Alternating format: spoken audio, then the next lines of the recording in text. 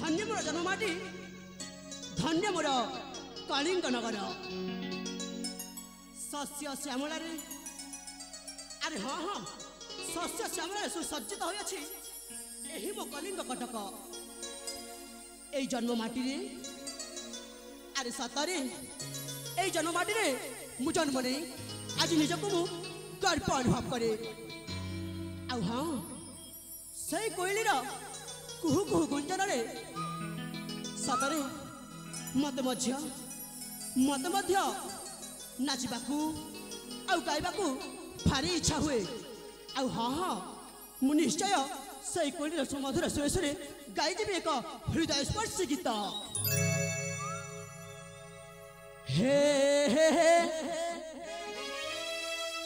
ला ला ला ला ला ला ला ला ला ला ला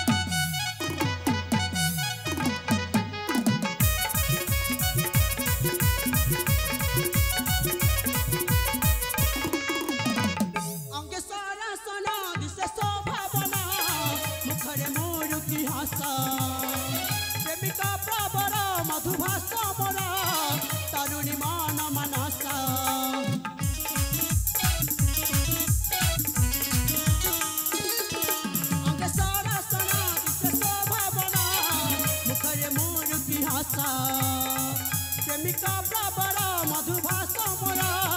तरुणी मान मनसा इंद्रधनुज सन मोहर मन तरुणी रुजुपति कुहति धन इंद्रधनुज सन मोहर मन तरुणी रुजुपति कुहति धन शिवकर चरण रे करे जुहरा सीधा था मो सुंदर सीधा था मो सुंदर सीधा था बिरा